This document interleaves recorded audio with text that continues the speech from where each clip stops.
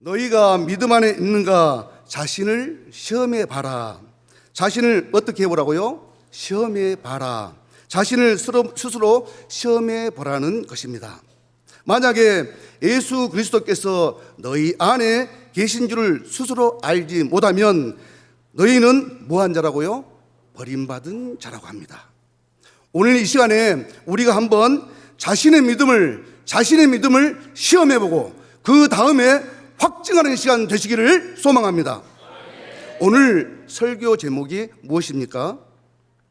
나는 죄인인가 의인인가입니다. 성도님, 지금 죄인입니까? 의인입니까? 이렇게 여쭤보면 많은 분들이 저 죄인이지요 이렇게 이야기를 하고요.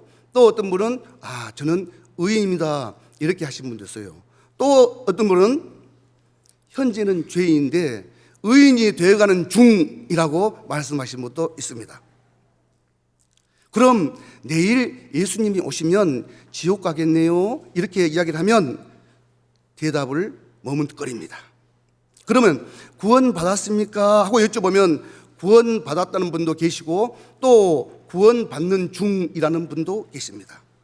오늘 이러한 개념들을 깔끔하게 정리해 보도록 하겠습니다. 그러면 우리들이 교회에서 구원받았습니까? 구원받았습니까? 구원 그러는데 구원이라는 그 정확한 의미는 무엇일까요?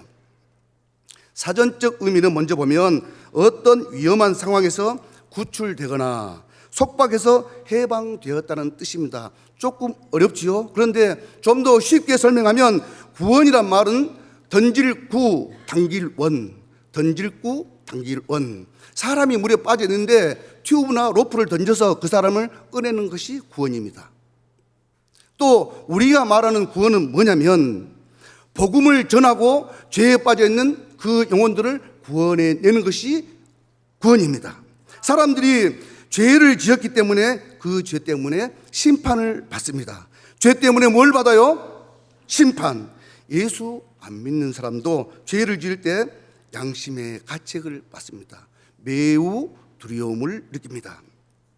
왜 그러냐면 이것은 하나님께서 사람을 만들 때 그 사람 안에 양심이란 것을 주었기 때문입니다.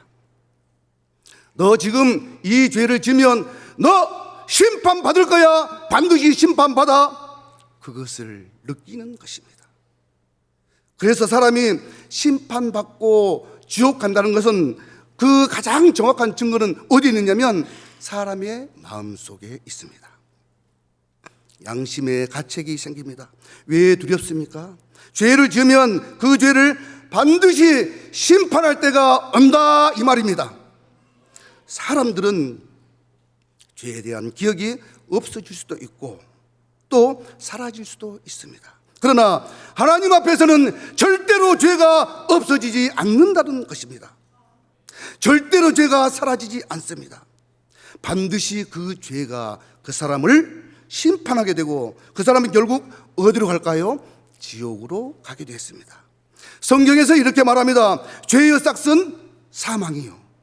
한 번 죽은 것은 사람에게 정해진 것이요 그 후에는 심판이 있다고 이렇게 말씀하고 있습니다.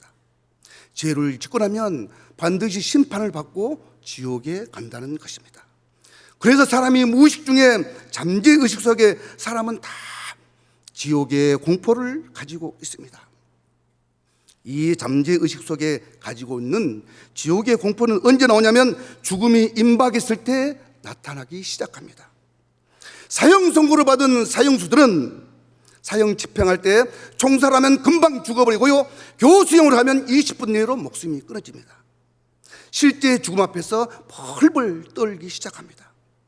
누구든지 교수형을 하려고 교수형 의자를 딱 갖다 놓으면 말을 못하고 유언을 못하고 눈이 확 돌아갑니다.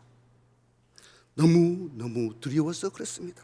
그런데 왜 그렇게 두려워한 줄 압니까? 잠재의식 속에 내가 죽은 다음에 무서운 지옥의 형벌을 느끼기 때문에 그렇다는 것입니다.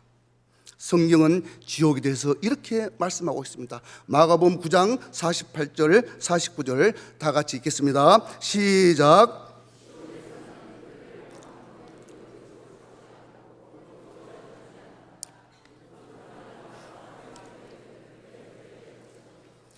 생선이 소금에 절이듯이 죄인이 유황불에 영원히 절여서 삽니다.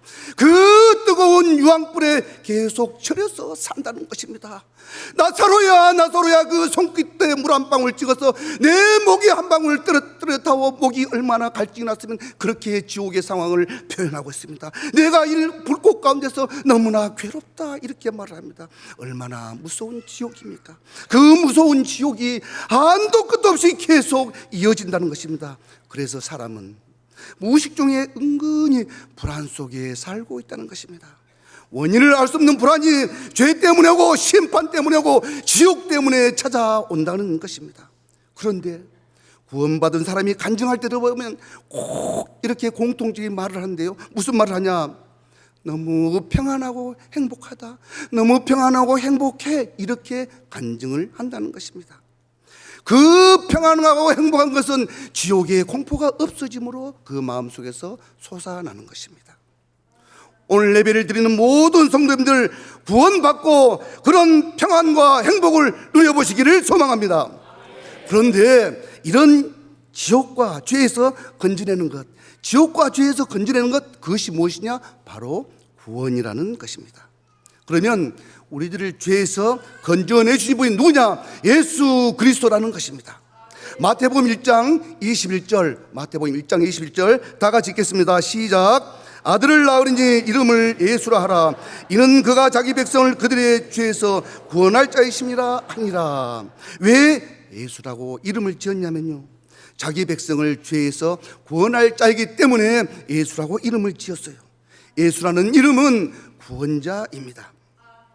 그런데 이제 문제는 뭐냐면, 우리가 이렇게 죄사함 받고 구원받는다고 해서 교회를 열심히 다닙니다. 교회를 다니고 신앙생활을 오래 해도 세례받고 집사, 권사, 장로, 직분자가 되어도 내가 구원을 받았다고 느끼지 않을 수가 있어요. 다시 말하면 구원의 확신이 없을 수가 있다는 것입니다. 왜 구원의 확신이 없냐면요, 죄의 문제가 해결되지 않고 남아있기 때문에 그렇습니다. 죄의 문제가 해결되지 않고 계속 따라다닙니다. 그것이 무슨 죄냐면 첫째, 과거의 죄라는 것입니다. 과거의 죄가 뭐냐면 지금까지 살면서 죄를 지으면서 살아왔어요. 혹시 지금까지 살아오면서 죄를 한 번도 안 지으신 분 있으면 손 한번 들어보세요. 네, 죄를 안 지은 분은 한 분도 없습니다. 정말 아무도 없어요. 성도님들, 그러면 교회에 나오기 전에는 그렇다 치고 교회에 나온 후에는 죄를 안 지었겠죠. 교회에 나온 후에는 죄를 안 지었겠죠. 그렇지 않습니다. 교회를 나온 후에도 죄를 짓습니다. 죄를 안 짓고 살 수가 없어요. 왜냐하면 우리는 죄인이니까요. 그래서 지금까지 성도님들이 살면서 지은 죄가 무슨 죄라고요? 과거의 죄. 과거의 죄가 이렇게 쌓여 있고 이것을 해결한 적도 없으니까 항상 큰 무거운 죄짐이 나를 누르고 있는 것입니다. 그렇게 느끼고 그렇게 살고 있다 보니까 구원의 확신이 있을 수가 없다는 것입니다. 두 번째는 미래의 죄라는 것입니다. 지금까지 지었던 죄는 없는 걸로 해줄 테니까, 하나도 없어, 깨끗이 지워줄 테니까, 그러면 앞으로 죄를 짓지 말고 살아라. 그러면 죄를 안 짓고 살 수 있는 분 있으실까요? 없습니다. 그런데 이것이 앞으로 지을 수 있는 죄가 미래의 죄라는 것입니다. 이렇게 과거의 죄, 미래의 죄가 해결이 안 되고 미결로 남아있는 사람들은 구원의 확신을 가질 수가 없다는 것입니다. 그래서 이 문제를 해결하는 것이 바로 구원이라는 것입니다. 그런데 어떻게 죄의 문제를 해결하느냐에 따라서 종교가 달라집니다. 루터라는 사람은 법관이 되려고 공부를 열심히 했던 사람이에요. 판검사가 되려고 공부를 했던 사람이에요. 그러나 친구랑 같이 길을 가다가 친구가 천둥 번개에 의해서 그 자리에서 시커멓게 타서 죽어버립니다. 그러니까 루터가, 이야, 나도 이렇게 죽으면 지옥에 갈 수밖에 없는 것인가, 이렇게 생각하고 공부를 그만두고 수도원으로 들어갑니다. 수도원에 들어가서 열심히 수양을 하는데 해결이 안 됩니다. 신부에게 죄를 고백하라고 하는데 한 번, 두 번, 하루에 30번씩 죄를 고백하라고 합니다. 신부에게 고해성사를 하루에 30번씩 가니까 신부가 야 너무 귀찮아 좀 모아가지고 한 번에 와라. 근데 한 번에 갈 수가 없어요. 한 번에 가면 모으는 동안에 또 죄를 잊어버리니까요. 루트가 그렇게 하다가 깨달은 것이 하나 있는데 뭐냐면 죄를 용서받은 것은 그렇게 용서받는 것이 아니고 죄의 문제를 해결하는 것은 믿음으로 해결하는 거다. 이것을 깨달은 것입니다. 죄의 용서는 무엇로 깨달은다고요? 믿음으로. 죄를 용서받은 것은요 고해성사를 한다고 되는 것이 아니고 면죄부를 산다고 되는 것이 아니고 깊은 산속에 혼자 돌을 닦는다고 되는 것이 아니에요. 오직 뭘로만 되냐면 믿음으로만 된다는 것입니다. 이렇게 배우고 깨달았습니다. 그래서 종교 개혁을 했고 오늘날 개신교가 나오게 된 것입니다. 제가 오늘 말씀을 드리려고 하는 게 뭐냐면 죄를 어떻게 용서받고 어떻게 속죄를 받느냐, 그 방법은 하나밖에 없어요. 따라하면 됩니다. 믿음으로, 시작. 믿음으로 용서받는다는 것을 깨달았습니다. 그러면 믿음으로 용서를 받는데 어떻게 믿어야 되느냐, 뭘 믿어야 되느냐, 그것은 성경에서 우리에게 주신 약속의 말씀을 믿어야 합니다. 생명의 말씀을 믿어야 합니다. 제가 지금부터 그 약속의 말씀을 설명해 드릴 테니까 성도님들은 그것을 내 것으로 듣고 믿으면 됩니다. 듣고 믿으면 뭘 받아요? 구원을 받습니다. 제가 하나씩 풀어서 설명해 올리겠습니다. 첫째, 과거에 제 말씀드리겠습니다. 로마서 3장 25절 다 같이 읽겠습니다. 시작.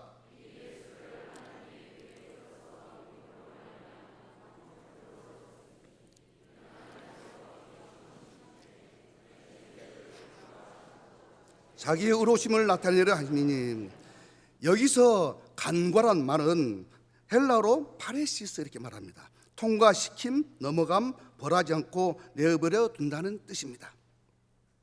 여기 보니까 전에 지은 죄를 간과하셨다. 전에 지은 죄는 과거의 죄입니다. 지금까지 우리들이 지었던 죄입니다. 근데 이 죄를 뭐 했다고요? 간과하셨다고 합니다. 통과시키고 넘어가고 벌하지 않는다고 합니다. 예수님을 내가 믿기는 믿는데 나는 예수님을 믿는 사람이다 이렇게 하는데 첫 번째 단계는 이것을 간과심을 믿는 것이 첫 번째 단계라는 것입니다.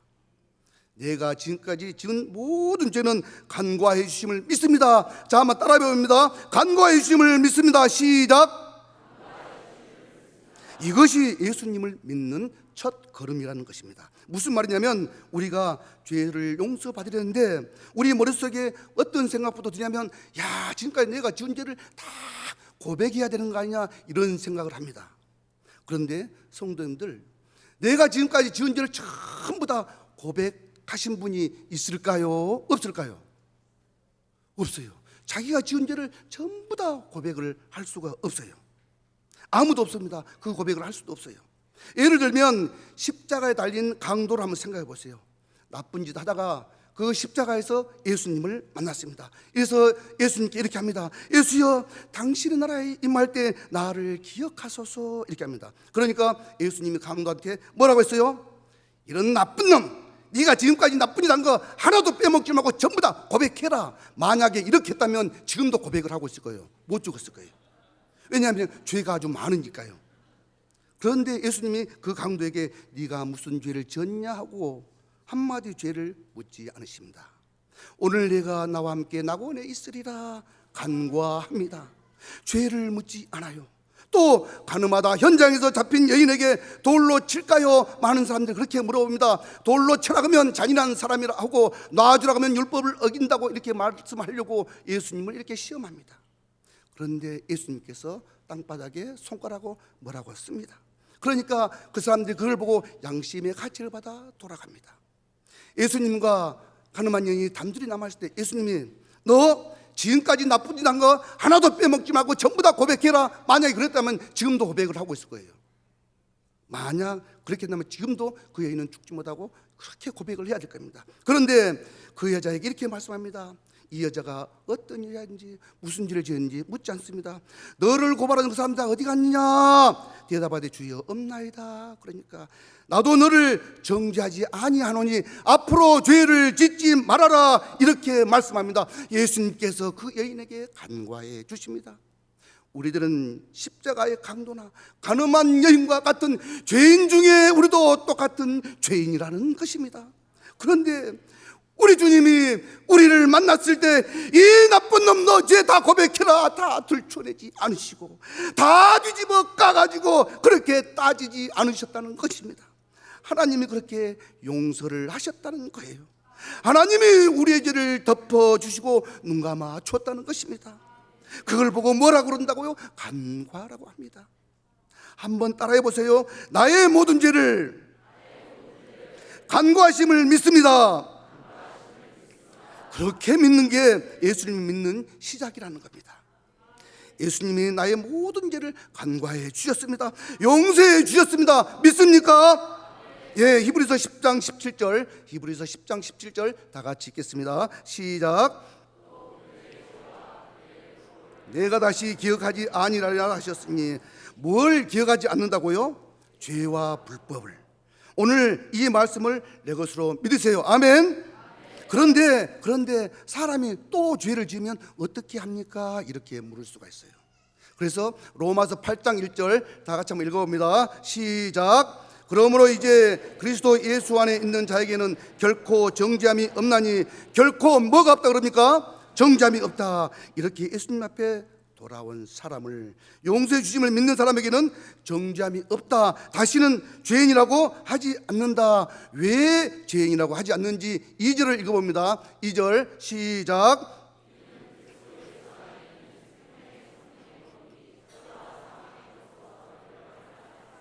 죄와 사망의 법에서 너를 뭐 했다고요? 해방했다고 합니다. 해방이라는 말은 자유라는 말하고 같습니다. 우리는 보통 구원받았다는 말과 자유라는 말과 해방이라는 말을 동일하게 사용합니다. 근데 어떻게 해방되냐면, 해방되는 방법 3절 봅니다. 3절 다 같이 읽겠습니다. 시작. 율법이 육신으로 말미암아 연약하여 할 수 없는 그것을 하나님은 하시나니 곧 죄로 말미암아 자기 아들을 죄 있는 육신의 모양으로 보내어 육신의 죄를 정하사. 여기서 자기 아들은 누구를 말하는 것이죠? 예수님을. 죄 있는 육신의 모양으로 보내어 육신의 죄를 정하사. 이것이 아주 중요한 말입니다. 육신의 죄를 정하사, 죄를 정한다. 이 말이 무슨 말이냐면요, 구약 시대에서는 죄를 지으면 돌에 맞아 죽습니다. 죄 지은 사람은 돌로 쳐서 죽습니다. 그런데 죽지 않을 수 있는 방법이 뭐냐면 제사를 드리는 겁니다. 그 제사가 속죄제라는 제사입니다. 그러면 이 죄인이 이제 양을 끌고 옵니다. 양을 끌고 오면 죄인이 그 양 머리에 손을 얹고 제사장 그 위에 손을 얹고 이렇게 기도를 합니다. 이 죄인의 죄가 양에게로 갈지어다, 이렇게 합니다. 죄가 어디로 갔어요? 양한테. 그러면 이제 죄인은 가버리고 양이 남아 있습니다. 그리고 그 죄를 짊어진 양을 죽여서 그 피를 제단에 쏟고 또 휘장에 그 피를 뿌립니다. 이것이 속죄죄입니다. 그래서 이 죄를 대신 짊어지고 죽을 때 양한테 죄를 옮겨 놓을 때 죄를 정한다, 이렇게 말씀을 합니다. 그러면 구약 시대에 죄를 짊어진 수많은 양들은 누구를 의미하고 있을까요? 예수님을 의미하고 있습니다. 예수님이 우리의 죄를 짊어지고 십자가에 달려 돌아가실 것을 의미하고 있습니다. 그런데 예수님이 세상에 오셨을 때 세례요한이 예수님을 보고 뭐라 합니까? 보라, 세상 죄를 지고 가는 하나님의 어린 양이로다, 이렇게 합니다. 다 같이 한번 따라봅니다. 하나님의 어린 양까지 한번 따라봅니다. 세상 죄를 지고 가는 하나님의 어린 양. 사랑하는 성도님, 예수님을 그렇게 믿습니까? 그런데 오늘은 이렇게 믿어봅니다. 세상 죄를 지고 가는, 이렇게 안 하고 나의 죄를 지고 가는 하나님의 어린 양, 이렇게 해보는 것입니다. 왜? 딴 사람의 죄가 아닙니다. 누구의 죄? 나의 죄라는 것입니다. 우리가 잘못하면 딴 사람 위주로 생각할 수 있어요. 내가 아니고 세상 사람들의 죄라고 잘못 생각할 수도 있습니다. 그래서 다 같이 한번 따라해 봅니다. 나의 죄를 지고 가는 하나님의 어린 양. 시작. 이것이 중요합니다. 나의 죄를 지고 가는 하나님의 어린 양입니다. 구약의 양처럼 예수님이 십자가에 달려 돌아가셨어요. 예수님이 뭐라고요? 한 마리의 어린 양. 어린 양이란 말은 속죄양, 그런 뜻을 가지고 있습니다. 예수님이 십자가에서 마지막으로 운명하시면서 이런 말씀을 하셨습니다. 다 이루었다, 이렇게 하고 돌아가셨습니다. 속죄가 끝났다, 이 모든 죄가 십자가에서 끝났다, 이런 말씀을 하고 있습니다.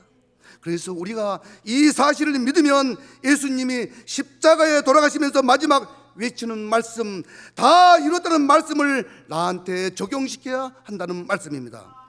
나한테 적용시키는 것이 예수님을 믿는 것입니다. 그러면 사람이 태어나서 죽을 때까지 모든 죄가 다 어떻게 되었을까요? 용서를 받은 것입니다. 성도님들, 용서받은 것을 믿습니까? 아멘. 그러면 죄를 용서받았다면 첫 번째, 이 사람은 죄인일까요? 의인일까요? 의인이 되겠죠. 왜냐하면 이 사람은 모든 죄를 십자가에서 다 끝내버렸으니까요. 이제 죄가 있을까요? 없을까요? 없어요. 그러니까 죄인이 아니고 의인이라는 것입니다. 성도님들, 이제 한번 생각해 보세요. 이 의인은 용서를 받은 의인입니다. 이 의인은 두 가지의 특징이 있습니다. 나 같은 죄인, 이 쓸모없는 죄인을 용서해 주다니 너무너무 첫 번째로 감사를 하게 됩니다. 그리고 두 번째는 겸손을 하게 돼요. 나 같은 죄인을 생명까지 주시니 내가 앞으로도 겸손하게 살아야겠다, 이런 생각을 합니다. 나 같은 죄인 살리신 주의 놀라워 잃었던 생명 찾았고 광명을 얻었네. 우리가 의인은 의인인데 어떤 의인일까요? 용서받는 의인. 한번 따라해 봅니다. 나는 용서받는 의인입니다. 시작.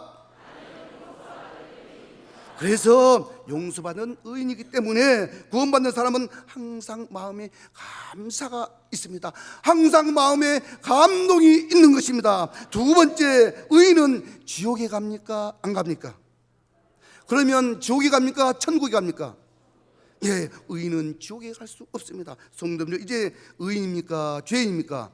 의인. 그러면 어디 갑니까? 천국. 틀림없겠죠. 그런데 오늘 말씀은 듣다 보니까 죄는 예수님이 십자가에서 끝났다, 속죄가 이루어졌다, 그러면 죄가 없으니까 지옥 가고 싶어도 못 간다는 것입니다.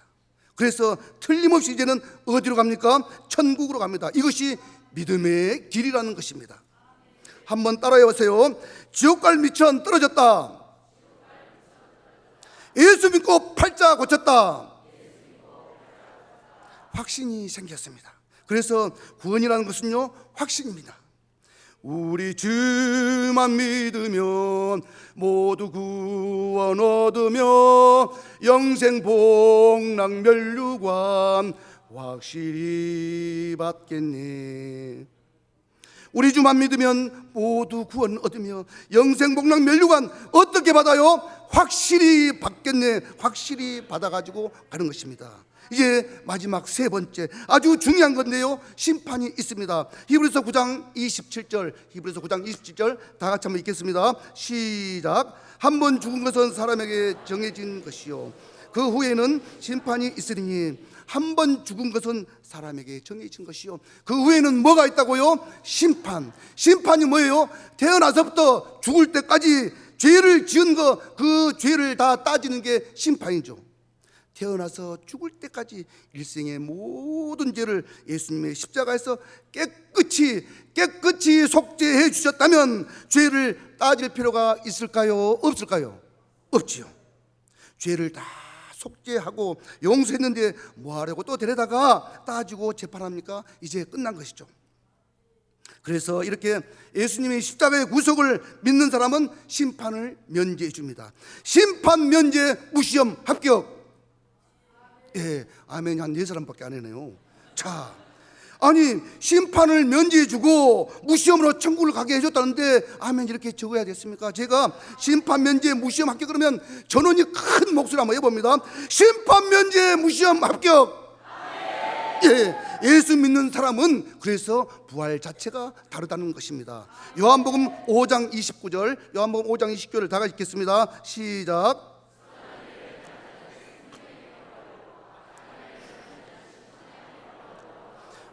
구원받은 사람은 생명의 부활로 나오고요, 구원을 못 받는 사람은 심판의 부활로 나온다는 것입니다. 성도님들 이제 어떤 부활로 나오실까요? 생명의 부활로 나오시죠. 생명의 부활로 나오는 사람은 심판에 해당이 없어요. 부활 자체가 완전히 달라버려요. 만약에요 여기 계신 어떤 분이라도 심판을 한다면 죄송하지만 단 한 분도 합격할 사람이 사실 없다는 거예요. 그러니까 아예 그냥 심판을 안 해버린다는 것입니다. 요한복음 5장 24절 다 같이 읽겠습니다. 시작.